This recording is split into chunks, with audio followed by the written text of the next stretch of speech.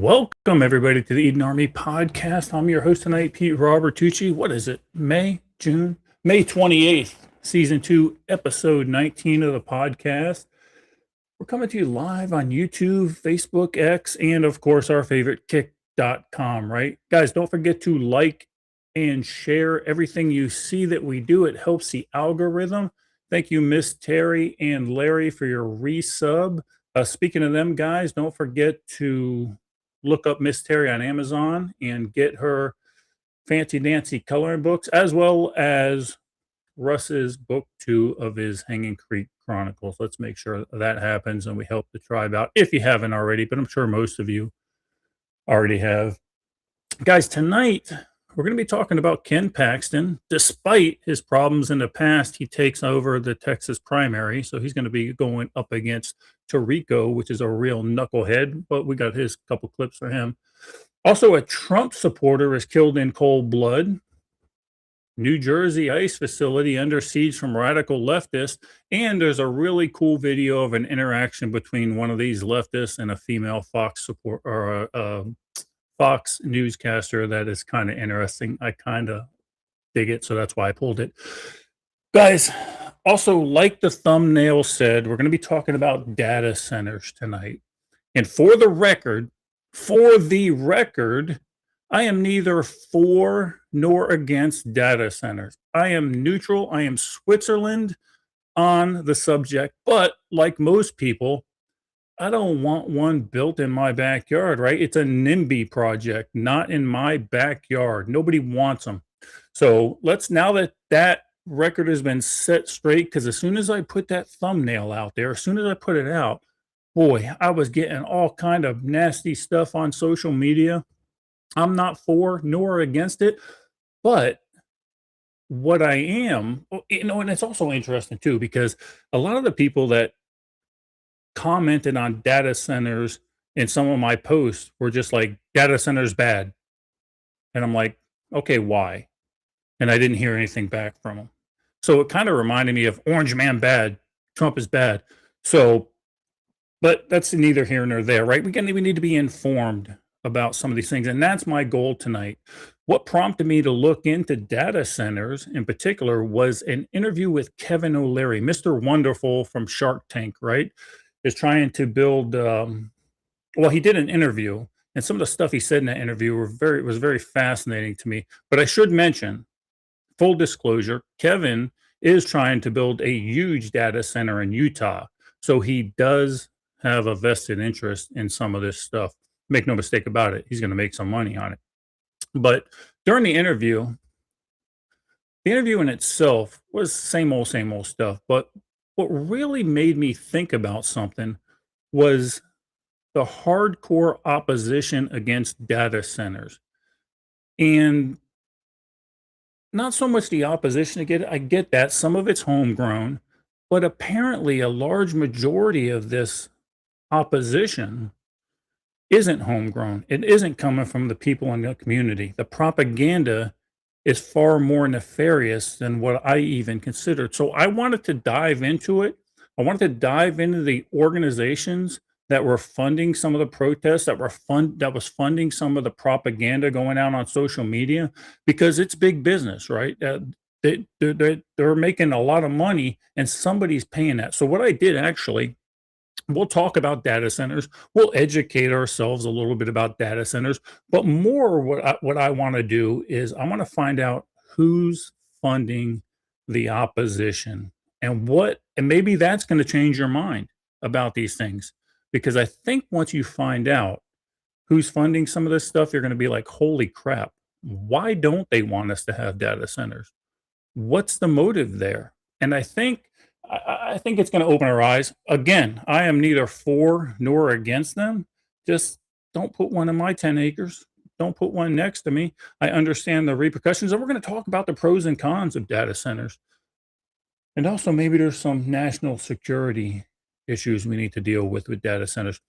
This interview, guys, is kind of long. I'll probably preempt it at some point because a little bit of it's repetitive, but we're going to get the gist of this interview with Mr. Wonderful Kevin O'Leary on Fox, and then we're going to dive into what data centers are, and we're going to do death by PowerPoint. Not really death by PowerPoint. I got 3 slides, and we're going to talk about it.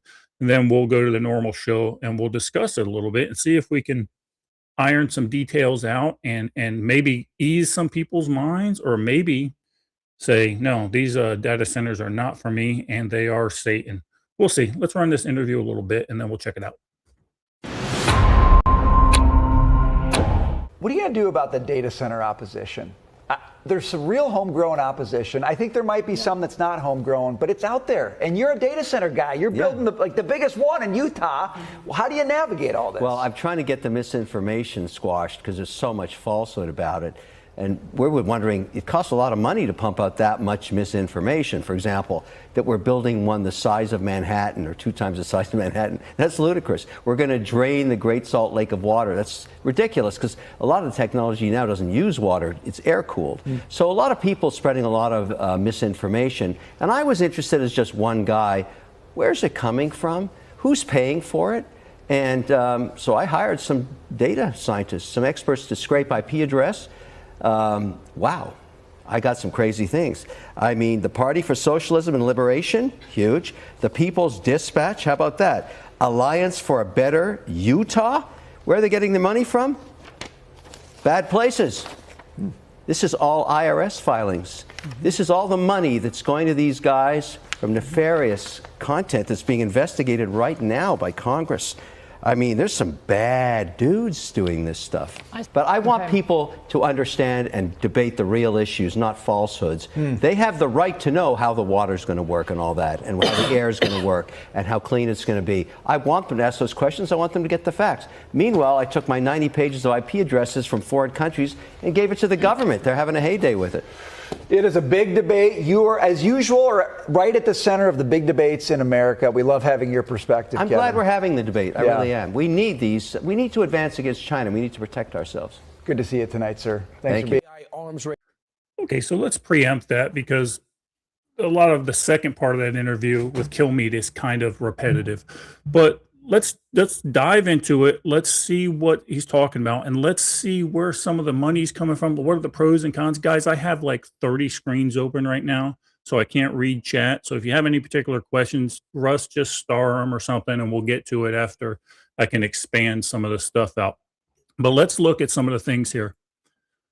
First of all, let's start off. What the hell is a data center? Because look, I'm like a 5-year-old, right? I have to know exactly what we're talking about. I don't want to be naive about it. There's a whole bunch of stuff on the screen here, and I'll make this PowerPoint available on the Eden Army Survival and Outdoors page. I'll upload the PowerPoint. You can read it whenever you want. But ultimately, what a data center is a big-ass building with a whole bunch of computer stuff in it that takes a lot of power and a lot of water and or air to cool down all these servers. Soup to nuts, that's really what a data center is. And we'll talk about what is actually inside of it, what kind of information and stuff like that. Just try to squish some rumors that are out there. And by the way, guys, there's no data center company paying me, I promise you. But I just like to know. I like to be well informed, and I like to be able to have a debate and a intelligent argument or discussion with somebody when I see that they're kind of going off the deep end. So what are some of the pros of data centers? Contrary to popular belief, it does create thousands of construction jobs, and it says permanent jobs. I'm not sure that there's going to be thousands upon thousands of permanent jobs within one data center, because ultimately these are computers that run themselves. So you're going to have IT people and stuff like that, and maintenance people. So the community is going to have jobs. And don't worry, guys, I'm going to go to the cons here in a little bit. So I'm not pimping out data centers. They generate, this is why some of the states and municipalities like it, they generate state and local tax revenue. A lot of investment comes into the community. With the EO that President Trump made, they actually have to build their own power distribution plants. And the excess power that comes from the power distribution plants has to come back into the grid. So that's kind of cool, assuming that they build the plants big enough to take care of their needs. Let's see. I'm going to skip through. Strengthens national security by keeping all that data on U.S. soil. I'm going to touch bases on that here in a little bit because you're like, we don't want that information. You'll be surprised right now where that information is at. I'm going to tell you where all that national security information is actually at, and you're going to be like, holy crap. So the people that say, oh, we don't want our national security information all put up in one spot, you'll be surprised where it's at right now. And I suspect the homeland would be better spot for it. Let's see, supports military communications and defense readiness. And here, this is what I was talking about. Reduces dependence on foreign data infrastructure. You're going to see what I'm talking about here. And then blah, blah, blah, blah, blah. All mumbo jumbo for the pros. All right, what are the cons? Look, we heard it. Massive energy consumption strains local power grids. True story. I can't debate any of that. It does take a lot of power. And if you don't have the energy available, whether it be natural gas lines that are going right through where you're going to build a power or a data center, like Kevin O'Leary's data center he wants to build in Utah, is actually on military land, 40,000 acres of military land with an LNG pipeline running right through it. So, okay, but if you don't have all that, yes, there's going to be a strain on local power grids. And somebody asked me earlier, they were looking at some property and he said, well, they're talking about building a data center 27 miles away, 25, 27 miles away. So I said, oh, you should be fine from a power standpoint. And so, but I did go back and research that because I didn't want to give false information. So these huge huge data centers, the real super mega ones, will affect a radius of about 100 miles. But those are the biggest ones on the earth. So if you don't have power infrastructure in place, it's going to be a problem.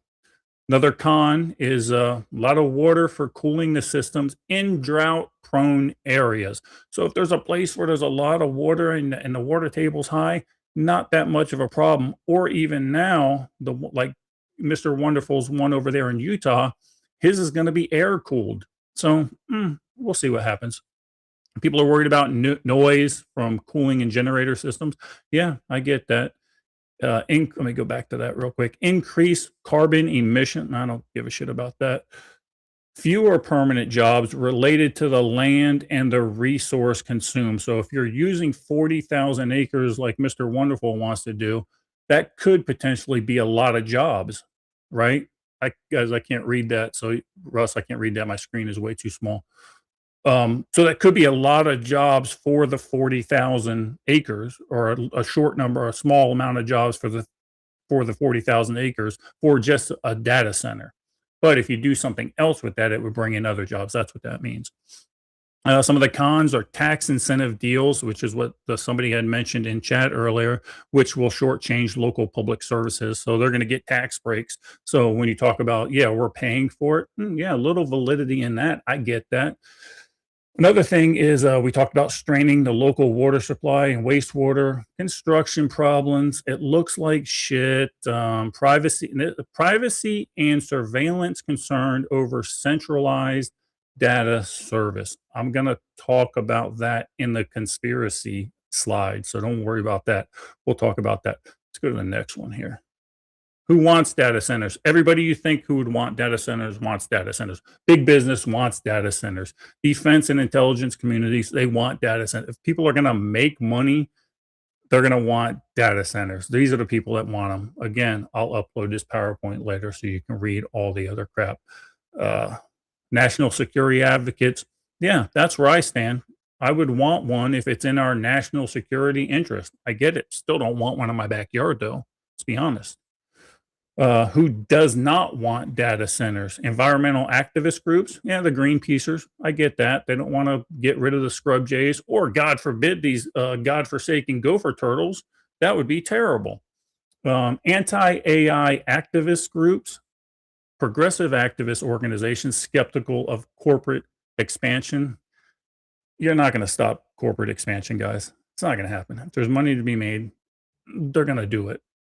Some anti-globalization groups, yeah, I'm with them.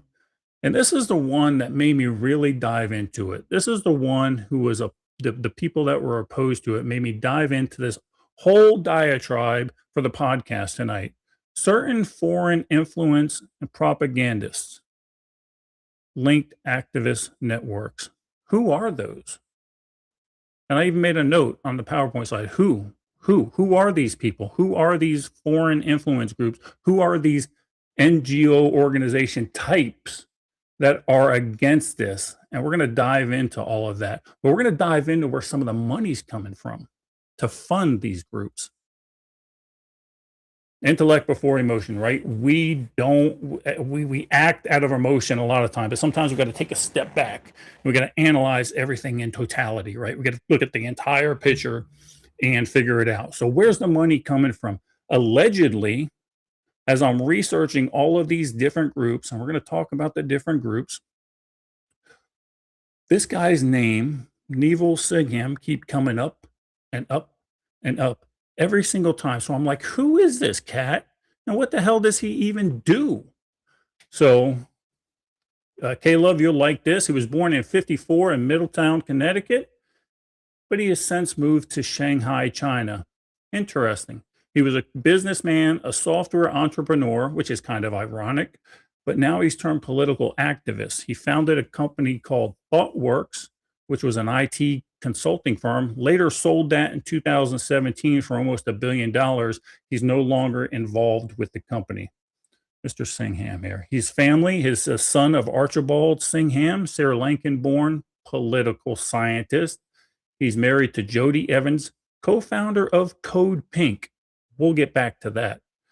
Network, like I talked about, somewhere maybe it might be worth $1 billion. Who knows? But what I always ask, okay, what's their political ideology?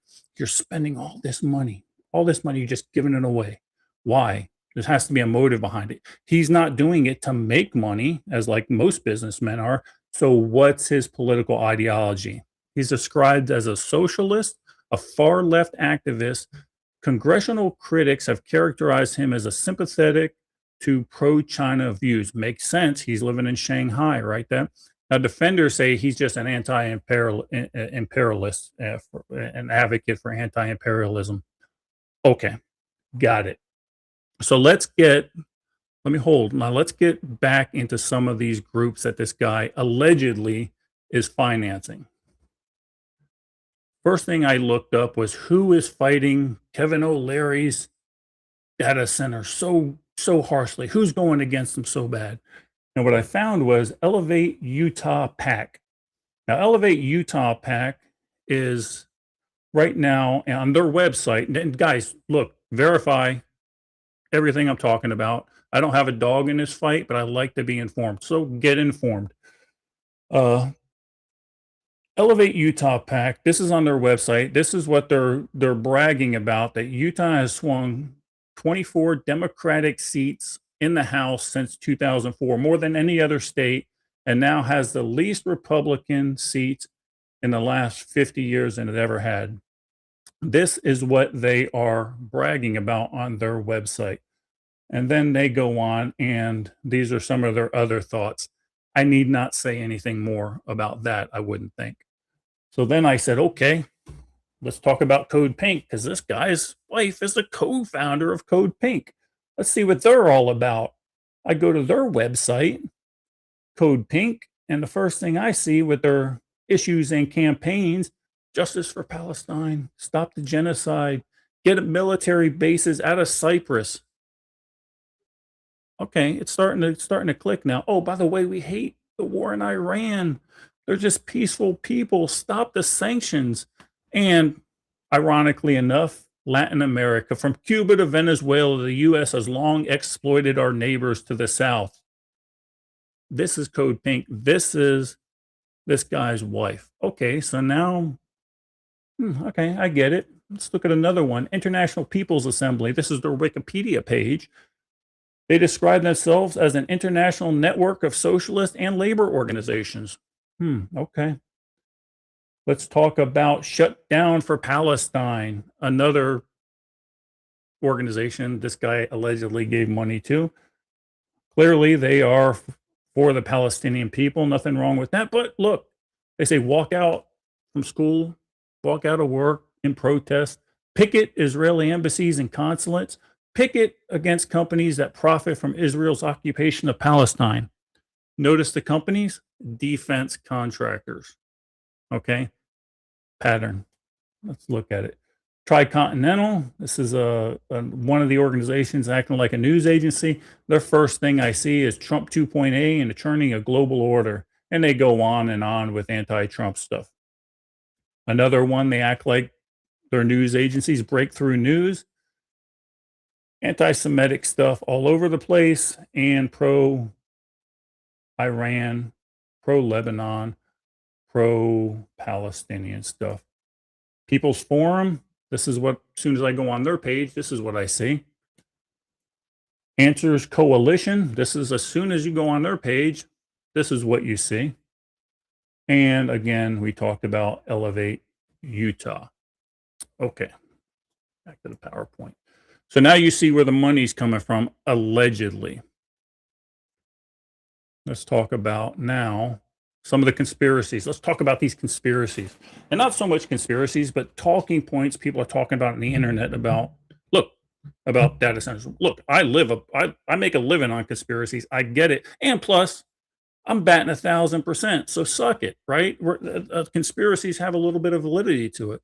So here's some of the conspiracies I've heard just from my little thumbnail about the podcast tonight. Part of a future AI controlled surveillance grid. Oh, crap. Guys, that's already here. Look, on every street light in your city, you're going to see a camera. That's all AI surveillance. Yeah. Every police car here in our county has a little camera on the front and back of their car that, what's it do? It reads a license plate and sees if you've got any priors or any outstanding warrants. It's already here, so I'm not worried about that. Designed to power mass digital monitoring of systems. I love this one because I'm going to tell you what, if you have one of these, right, one of these smartphones, I don't ever want you to argue that mass digital monitoring is bad. You chose this because it's convenient. So data center's bad, but iPhone's good. Got it. Connect to censorship and centralized information control. Patrick, write Joe Biden's a fag right now in chat. Automatically, what do you think happens? AI is going to censor you. It's the way it works, right? It's already here. Built to support social credit systems similar to China. I cannot refute this one. I can't. I mean, I can't refute that. That could very well happen. That's a fear of mine, so I'm not even going to refute that.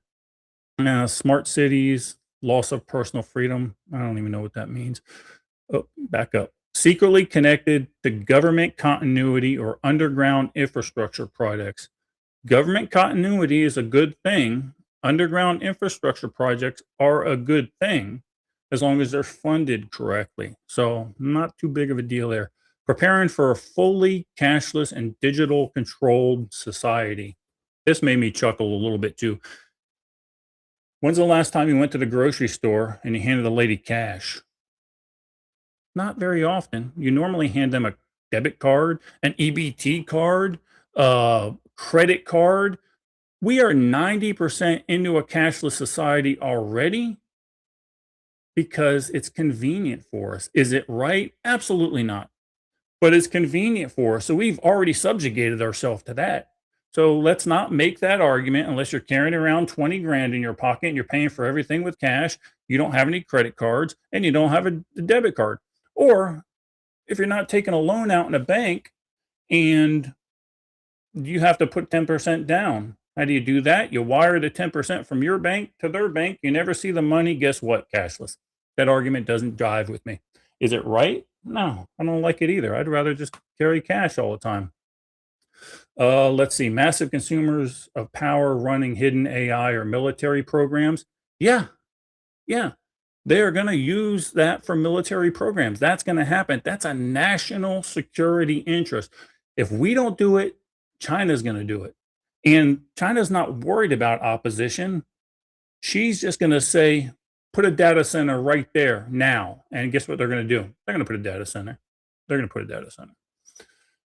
Connected to predictive policing and population tracking system. Already being done, guys. There's already cameras now that as soon as you look in, they read your face. As a matter of fact, take a cruise And instead of taking out your passport, now, since you're already in the system, they just do facial recognition on you. They check to see if you have any warrants, check to see what's going on, and you don't even need an ID at that point.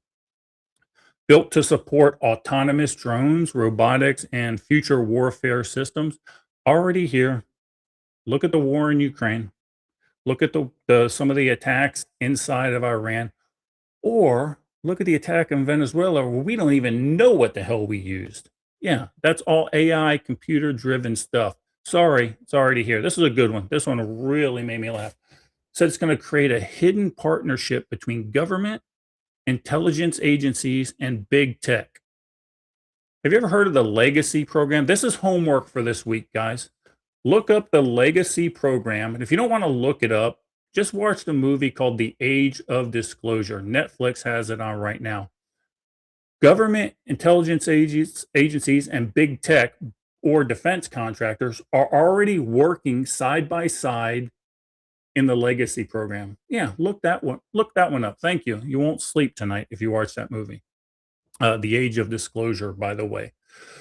Part of a plan to replace human workers with AI-driven automation. Already happening. It's already here. It's already happening. AI is already doing it. Linked to censorship algorithms controlling online speech or narratives. I don't even need to rehash that, right? We know that's already happening, right, Patrick? Of course. And future hubs for artificial general intelligence or super AI systems. Yeah, we could hope so from a national security standpoint. All right, so those are all the conspiracies. Here's the soup to nuts. Here's what I was talking about. The US already has data centers. We have them all over the place. These are the countries the United States of America is keeping your information, all of your personal information, all of your stuff on your phone, all of your social media information, every post you make, everything is being held right now in each of these countries. Right now. These are where we have our data centers. Wouldn't it be nice? Me and Russ were talking about it in the green room, and Russ made a good point. So, wouldn't it be nice if we did take over Greenland? We got geothermal electricity there. It's a cold environment, and we could have slapped a whole bunch of data centers over there and had complete control of it, where Indonesia wouldn't have all of our information, Israel wouldn't have all of our information, and the UAE wouldn't have our information. And guys, do you remember about the midpoint of the Iranian war where Amazon was kind of acting wacky, like the servers and stuff just weren't working right? You go to check out and it says, oops, something went wrong, and you see that stupid dog. That's because an Iranian drone hit a data center that Amazon uses in the UAE. So, data center's bad, but we'll keep all of our information abroad. Maybe in South Africa. That's a real safe place right now. Great government. Or how about Mexico? They like us so much. Let's keep our data centers over there. And not to mention the guys that started 2 world wars, Germany. All right, I get it. Anyway, they're already there. They're abroad. All your information is being stored on these data centers in other countries. I feel safer. Look, here's the soup to nuts of it all. AI is coming, like it or not. Question we need to ask ourselves, will we benefit economically and from a military standpoint with AI, with large data centers on the homeland? And who are the people who don't want us to have it? And why don't they want us to have it? I think we've proved that for all intents and purposes, the Chinese government and their propaganda arm, headed up by this Newell guy, doesn't want us to have it. Why do these far leftists not want us to have it? These are the questions I ask. Not are data centers bad? Look, nobody wants data centers. I get it. Nobody wants green spaces taken up by 40,000 acres of computer equipment, stuff like. Get it. I get it. Why don't the leftists want us to have it? Why doesn't China want us to have it? Remember, intellect before emotion. Let's pay some bills. Food for Thought is the 3rd installment in the Eden Army Survival Series, focusing on one of the most critical elements of long-term preparedness: food. This manual breaks down the reality of food preservation and storage without relying on theory or assumption. Beyond preservation, this manual addresses the factors that determine whether stored food is truly effective. Caloric requirements, nutritional balance, safe handling practices, and proper rotation are treated as essential components, not afterthoughts. The goal is to move beyond stockpiling and toward building a system that functions under pressure. Food for Thought is designed to provide clear, usable information that can be applied in real conditions. It emphasizes preparation, discipline, and understanding over convenience. This manual is not about excess, it is about readiness.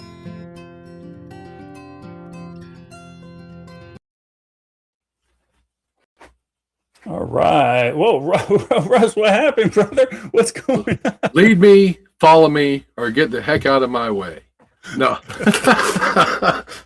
So my computer is starting to get a little suspect, so I had to throw up the good old glory up behind me.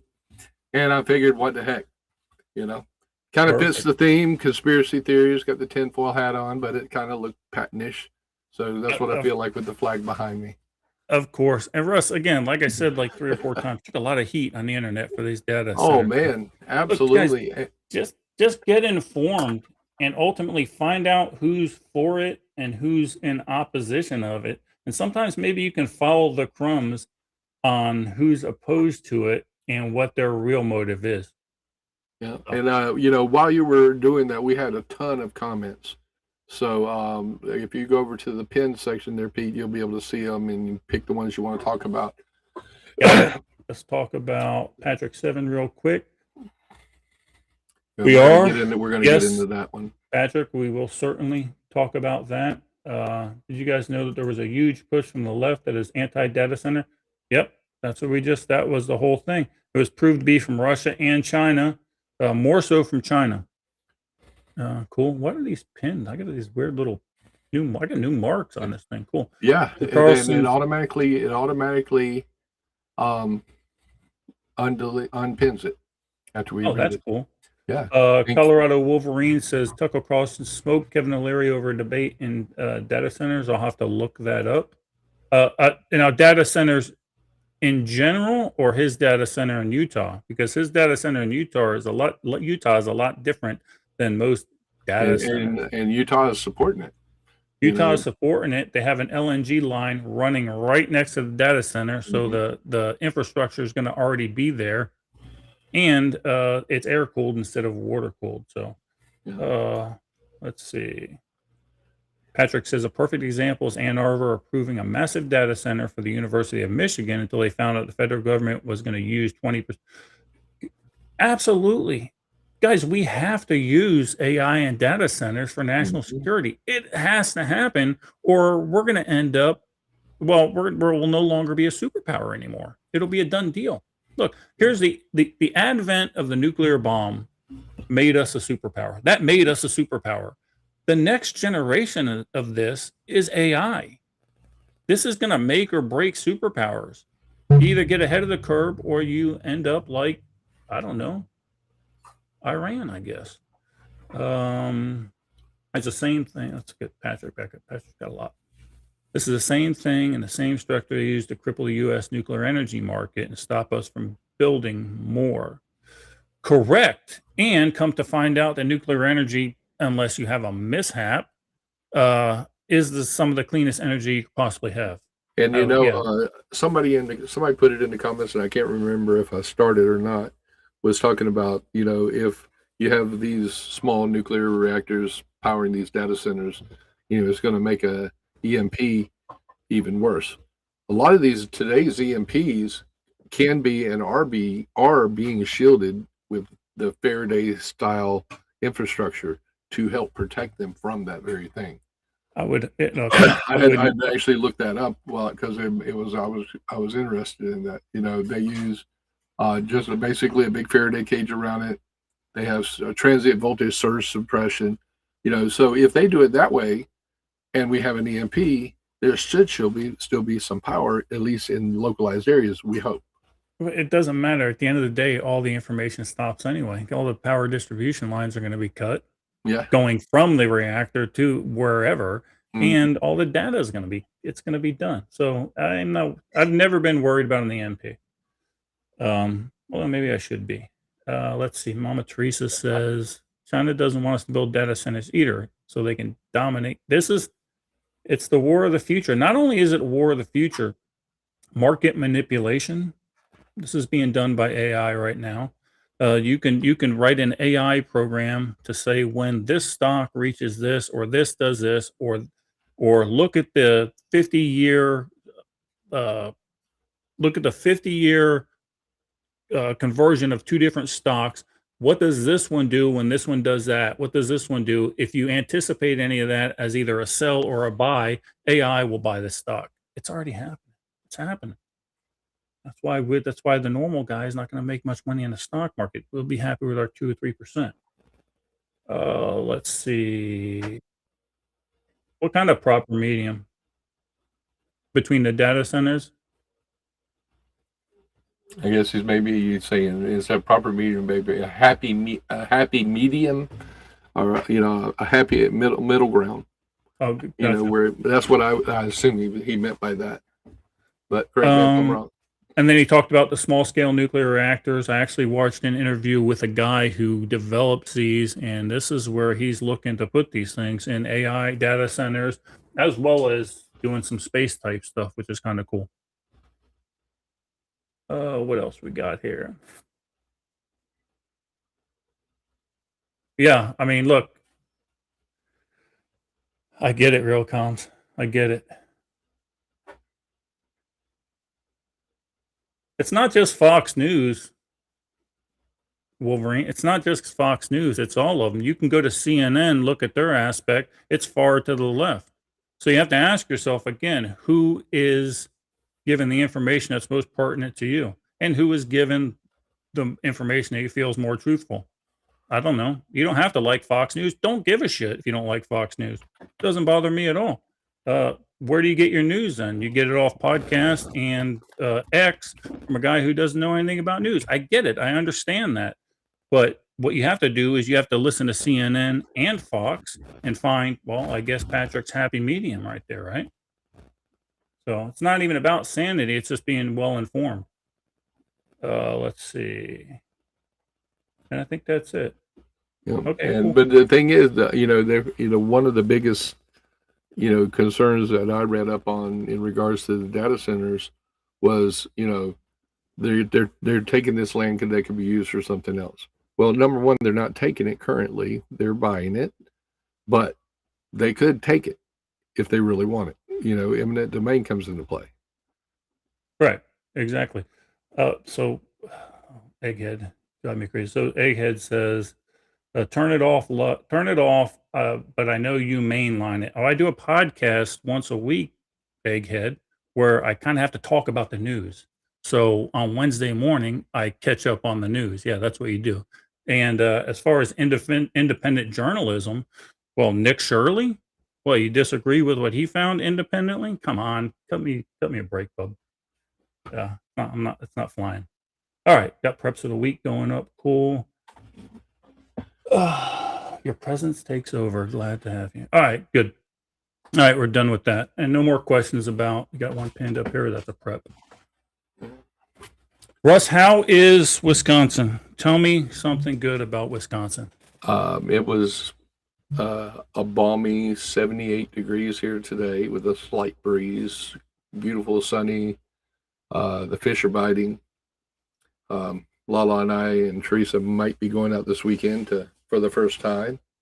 Looking forward to it. And people are missing you up here, man. Like I told you in the green room, you need to hurry up and get up here so I can quit telling people why you're not here. I'm working on it. No, this is the last interaction here. No, he's not Fox. You 100% support him, but who reported on him more, Fox or CNN? Okay. Yeah. And Tom, yes, there are ticks in Wisconsin. Yes. Teresa and I picked 3 or 4 off of us since we've been here. The majority of them came from the first day we got here when I had to change the tire. And I'm on asphalt and I still had ticks. So, but I have not gotten sick off of eating any beef or anything. So it's obviously not those ticks. I think you're going to be fine. Turtles, Turtles are still an issue here, brother. And Miss Mama Teresa says she picked a tick off her today. Yay. They like her. They obviously like her for some reason. Agreed. Russ, everyone hates Trump, but it appears he has a firm grasp on the GOP. I believe he does. Every single person he endorsed for the primary won, including Ken Paxton, which I'm surprised because he was carrying a lot of baggage with him, a lot of moral baggage, right? So Ken Paxton is going against Tarico for the seat there. Here's the clip.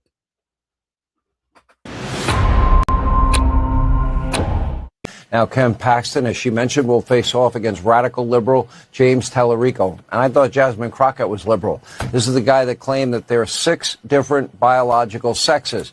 Maybe you can play a game at home, turn it into a drinking game, and see if you can come up with all 6. Good luck, because I can't. He also advocated for abortion care for transgender people, accused white people of spreading racism everywhere they go, and claimed that God is non-binary, and said that he wanted to put a giant welcome mat on our southern border in Texas. Oh, by the way, he doesn't eat meat either. Now, this list, of his crazy beliefs goes on and on. Russ, I would never vote for him for the simple fact that he doesn't eat meat. And I suspect he eats a lot of meat. Just saying. Oh, yeah. I would agree with that one 100%. That's a very eloquent way of non-political way of putting things. Diverse crowd. Yeah, he's got a diverse crowd, all right. He's got a lot of diversity inside of him. What else? We don't need that screen share. Number one. And getting back to who was it? Patrick that talked about that Trump supporter? Yeah. Go ahead. Tallarico is running in Texas of all places with that platform. I mean, that's like putting Kamala to run against Trump. Oh, wait, right. They tried that too. Right. That was the best they had. That's the best they could muster up. In Texas, a guy that doesn't eat meat and welcomes open borders. Okay. And the problem is there's going to be a whole bunch of people in Texas that vote for him. Yeah, the odds right now, I looked up the odds on it, and it's still fairly close. It depends on which polls you look at and which odds makers you look at, but he's still running 40%, odds. And but I just don't see that one passing. I mean, the Texas is doing well. They got rid of Crockett. They got rid of Green. Yeah. And then he's gone. Did you see what Trump said about Green? He goes, I'm gonna miss that lunatic waving his cane around and yelling at me. I missed that one. Oh, Lord help us. Oh, we're doomed, Russ. We're doomed. Even the smart ones are dumb, unfortunately. Mm-hmm. Yeah, exactly. And hopefully in Texas, they won't be able to vote, but we'll see. We'll get to this California clip next. This California clip is something that I just kind of ran across. Apparently, and I want you to listen to the guy's friend when he talks about his friend, and it'll give you the idea or the kind of the mood in California in general. So let's check this clip out real quick. An Army veteran known for his large Trump displays and American flags outside his home has died. He was brutally attacked last week with the suspect allegedly beating him and then stomping on his head before a witness stepped in. Our Sarah Barker spoke with the victim's wife and has more. Right now, I don't know what I can say anything, only I feel a lot of pain in my heart. That's it. Maria Sharon dealing with the heartbreaking loss of her husband, Kerry Sharon, a 69-year-old Army veteran. Kerry was a Trump supporter, but he was a patriot first. And he was a strong believer in freedom of speech. And when people would approach him and give him any guff over his opinions, he didn't let it get under his skin. He would just say they're entitled to their free speech just like I am. Kerry died from his injuries Sunday night after being attacked last week outside of his Escondido home. Known for its large American flag displays and supporting President Donald Trump. If you don't agree, it doesn't give you the right to vandalize or It's been less than a week since this surveillance video showed 69-year-old Kerry Sharon outside his pro-President Trump-themed home when 32-year-old Thomas Caleb Butler walked up to him, punched him in the jaw, and kicked him twice in the head. The video doesn't show what led up to this, but prosecutors say it was an unprovoked attack. last night at 10:43 p.m. Kerry Sharon passed at Palomar Hospital. So a lot of that's redundancy, Russ, but look, the guy was a pro-Trump supporter, had the flags up. This is, we talk about I even tell people don't even put that stuff up, especially if you're living in California. Look, I get the idea that you have the right to do it, but you're living in a state where you're surrounded by a pack of retards. Someone's going to do some retarded shit to you. So. Well, and we talked about this last week. Why is this not a hate crime? Yeah, I agree. If it was the other way around, it would be. Mm-hmm. Oh, 100%. And there would be no question. It goes on, that clip goes on to say, well, now that the guy has passed away, are you going to seek murder charges? And they go, well, we gotta look into that a little bit further. I don't understand. Check out Patrick's comment. Let's see here. The only thing is that he got killed by Trump. Yeah, the one above it. In big headlines and go to the one above it. Yeah, and I wasn't sure. They had words before from what I was reading, and I'm not sure if it was an actual crime, against Trump or whatever. But the more I got reading into it, it kind of, I don't know that he said he was also a big Trump fan. I don't know that. Once they release the guy's name, I'll look further into it. But the point of that clip was, more than anything, was his best friends and the mood in California. His best friend said, yeah, he was a Trump supporter, but he was also a patriot too. Okay, that's California. That's California for you, Russ. Yeah, that's why I'll never go there again if I can help it. I'll never spend $1 in California, ever. I have no desire. But, whether or not that one was politically motivated, California, we know it's the land of fruits and nuts. New Jersey is not very far behind. The people in New Jersey right now are pretty much batshit crazy. There's I think Patrick actually somebody sent me something. Might have been Patrick, might have been. Yes, how could this be going on? So there are leftists again being leftist. They're outside of an ICE, it's not even a detention facility. They're outside of an ICE facility and they're protesting. And of course, there's a news lady there from Fox, Wolverine. And look at the look at the interaction there. This is the tolerant party, Russ. These are the tolerant party. This is supposedly the sane party.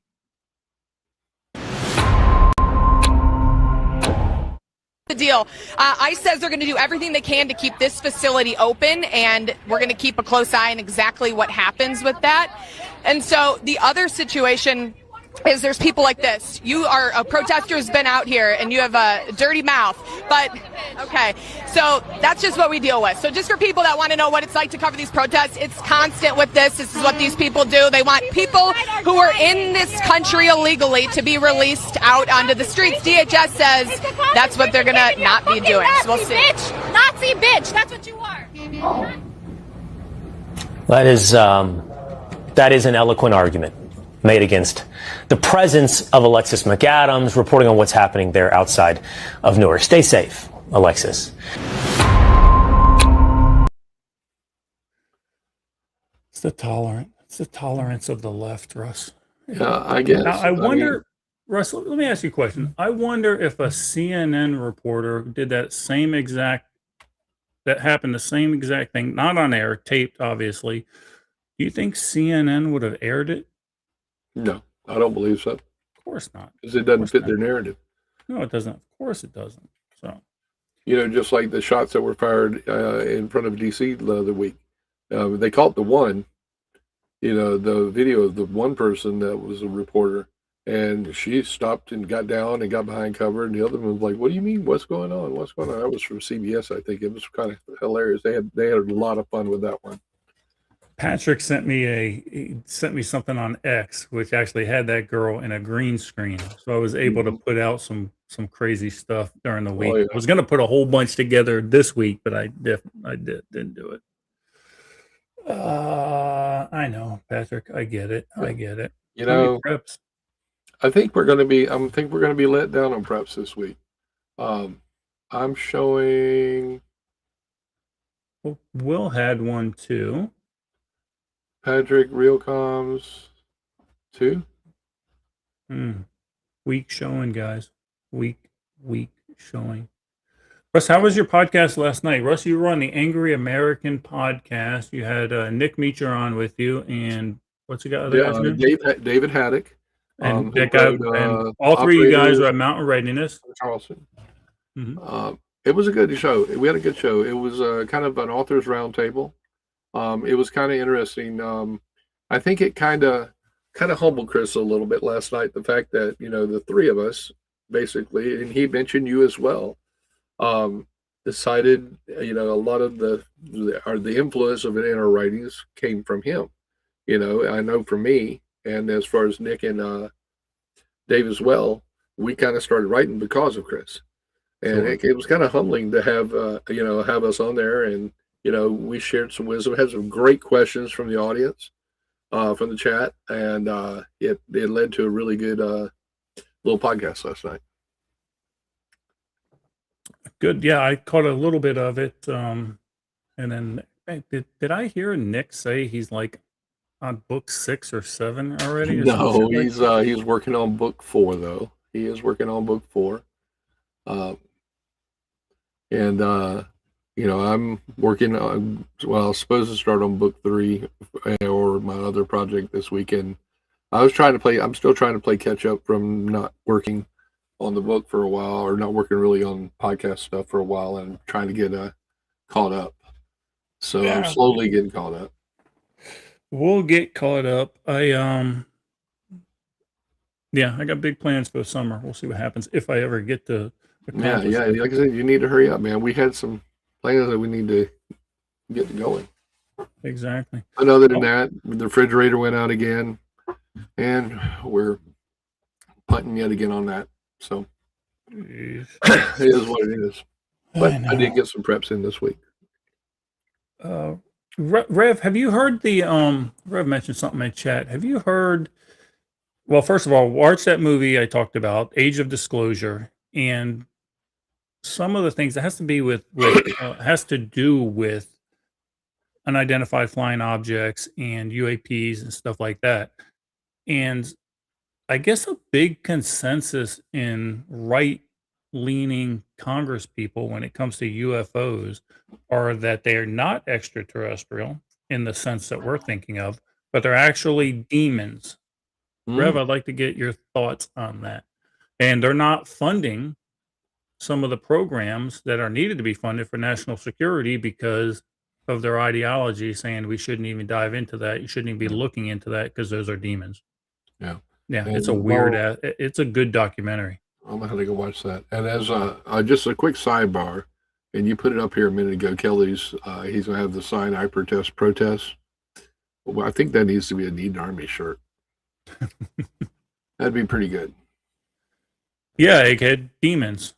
Like that's and that documentary actually talks about how they don't get some funding that they need for some of this national security interest of UAPs and stuff like that because the ideology of the right-leaning Congress people think they shouldn't even be researching or looking into it because it's going to open up a whole ideological can of worms, I guess. I don't know. Yeah, I agree. We are more than you realize, Mr. Seven. Mm-hmm. Russ, you know what time it is. It is that time, man.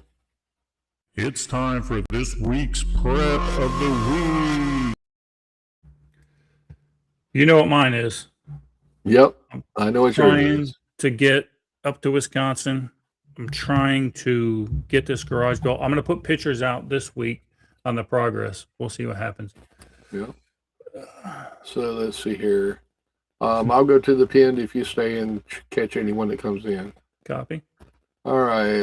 Let's see. Well, I'll let you start here. Okay, what do we got Yeah, here? putting up on the Practice screen. I practiced self-control while working downtown Detroit all week and didn't murder anybody. Well, and All right. giving Patrick his props. He's been working 16, 18-hour days, then driving 2 hours after stopping at work and then home. His boss finally told him yesterday and said, "Go home, get some sleep." He hadn't had a whole lot of time to do much of anything other than win stuff. He won a copy of Hanging Creek Chronicles on Audible last night. Nice. All right. I'll pop this one up from Egghead here. He said he's prepping to leave California in less than. Oh, congrats! Amen, brother. Amen. And he's going to be, hopefully, I think he's planning. He and I talked for a few minutes last night after the podcast. He's going to try to go to Thrive Preparedness Summit in Denver, Colorado. Is going to be in August, the end of August. He's going to try and go there because he'll be home. He'll be home in Colorado. Which one? What's the It's Thrive Summit. Thrive something. DJ Cooper's organizing. Oh, no shit. Yeah, and Nick's going to go out there to that one as well. Because I told Nick, we were talking about it. I said, "Dude, it's in Denver. Your book is centered in and around Denver." I said, "Go to Denver." You and I understand that. As authors, and if you go to where it's at, you're going to sell more books. People have asked when your next book's coming out for Birchwood. I told them probably late fall. And I imagine half of them don't even know book 2's out because that came out after I left. Yep, and I've been telling them that. Well, book 2's out, guys. All right. Yeah. So that'll make the Bluegill Festival that much better for me. Oh, absolutely. What you got? I got Real Comms teaching himself to outfit his new trailer with off-grid solar. Real Comms, get in touch with Kelly Mercer in the comments. Kelly has done a lot of his own stuff for his. He may be able to help you out with that. So Kelly, get in touch with Real Comms, help a brother out. You got the Rev coming up. Made a new prepper friend today close by. Interesting. Message me on how you made that connection, who they are, and that's interesting. That's what we do right there. Absolutely. And let's see here. Bullshite says he got a new wireless hole puncher. Of what flavor, Bullshite? Yeah, what flavor? That's always a good thing. There's always only one flavor that matters. Tell me what it is. I'll see if I agree with it. He's going to come back with like a High Point something or another. While you're ready to check for him to describe, here's what Will got for you. Will sent me a picture of this. It's an inside the waistband Safari Land holster for his Freedom Seed dispenser. It's a lot like the one I have, actually. Oh, nice. Miss Terry, what do I have from Miss Terry here? Miss Terry always doing the preps. Their water catchment system works from the rain we had earlier in the week. 155-gallon barrel, almost full. Nice. Awesome. Oh, Bullshite said that's a TX22. Put it up there. TX22. I'm not saying you should get an FRT for that, but I would get an saying. FRT for it. Just saying. An FRT and a quiet adapter. Yeah, I'm just saying. I may know a guy who has that exact same setup, and might be interesting. Yeah. All right, let's see here. We got Tom Bryce. Tom always doing something. His prep was he received his coyote call today. Had to go down to Black Armor Guns hunting foxes and coyotes. Now I'm all set with thermals on my rifles and going to set up on the deck tonight to protect his cattle. That's awesome. And I saw pictures of his deck. You know, we could hold a house party on his deck. And we could set up multiple firing positions there and take out some serious coyotes. Why am I not surprised, Tom? Patrick 7, I did not know that. Those are going to sell like hotcakes. Oh, absolutely. I'll get this. And that's all I got. I got this fib one here. My prep of the week. Hold on, I got fib here. Hold on. Okay. Said he made a positive impression on some security folks. Got invited to do some training with former state troopers. Oh, nice. Nice. Okay. And my prep of the week was I got the little endoscope thing in the mail. I ordered one. Teresa said we ought to have it. The one that you got. Your little scope. I mean, man, that thing was so easy. Plug and play. Plug and play, done deal. You could. It was. And you know, I said there because Teresa and I both have Androids. I put it on my phone and said, "Do you want to add it to this other device?" I was like, "Yes." And I did it, tested it out. I handed it to Teresa, said, "Plug it in and open up this app." Well, I don't have the app. I said, "Yeah, you do." So I opened up the app. Holy cow! It works right out the box. Need a quiet adapter for my go to Volusia Top Gun here off of International Speedway. The guy you're talking about doesn't do the quiet adapters. What he does is milling the slides. Yeah. And Skidmore's prep, he popped in the last minute. Cleaning out the garage, repacking preps. And also making room for a lathe. Skidmore, I don't think it's a good idea for you to have one of those. I think that there'll be some FB or some alphabet agencies knocking on your door at some point. It depends on if it's metal or wood. Good point. Good point. He didn't specify. Good point. I will do that. Real comms, just remind me to email to Kelly about some solar stuff. Cool. That's it. It's been an hour, Russ. Guys, I don't know what the schedule's going to be like for the next 2 weeks on the podcast. I hope I'll be on the road next Thursday and back on the Thursday following, but I'm at the mercy now of this garage and also the inspectors for the county. And I will say for the next 5 days, about 3:00 every afternoon, it's going to rain like a son of a gun. It's Florida. Yeah, it's going to be that time of the year in Florida. You know, you can set your watch. Yep. Yeah, they can knock all they want. Metal lathe rocks. I will be closer. You will be closer to him than I was. And where will I be staying? I'm staying north of St. Louis for sure, and then Milton, Wisconsin. Yeah. So it would have to be a stop for lunch or something. Yeah. But yeah, no, we're going through the whole state, brother. So we'll north, south, and north. Yep. Okay, get over to all that stuff. Good. Get a hold of it. No, I'm not going to. He's not going east-west. No, I'm not going that way. I'm going up through St. Louis because we have to go by Melissa's dad's house in Alabama first. We're going to spend a couple days there, and I think my next stop's in north of St. Louis. Yep, and then all the way through Illinois. Then you're on 55 all the way up. Oh, perfect. Well, hell, maybe I'll call you when I stop because I'll be north of St. Louis. Yep. Probably only about 10 or 15 minutes, but it won't be bad. There's a KOA there I think we might stop at. No, Skidmore, I'm not taking a spare tire. I have no room for one, unfortunately.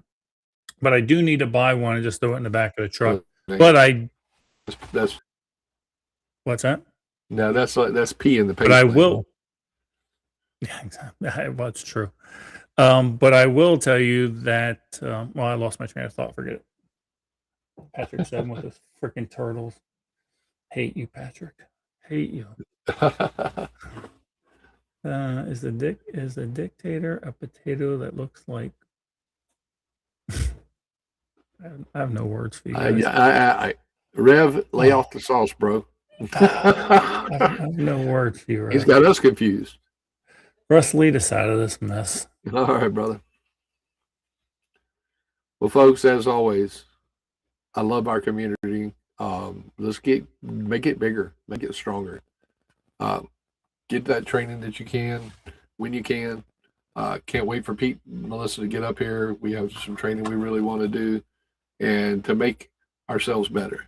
And that's all you can do. Pick one thing, try to make yourself better once a week. That's all I got, brother. Have a good night. Sounds good, guys. Look, I'll keep you posted on the podcast schedule for sure. You can guarantee that next week we're not going to have one. Maybe I'll have a sub to the podcast. I don't know. We'll play it by ear. But hopefully, I hope to get back into Wisconsin by Tuesday of the following week. And this is all dependent upon everything getting done. But in the meantime, don't get overwhelmed with all the news and propaganda that's going on out there. Just be ready. Be safe. Can't be safe. Well, be dangerous. Thanks for watching the Eden Army podcast. Don't forget to hit that like and subscribe button. And remember, be safe. Can't be safe. Be dangerous.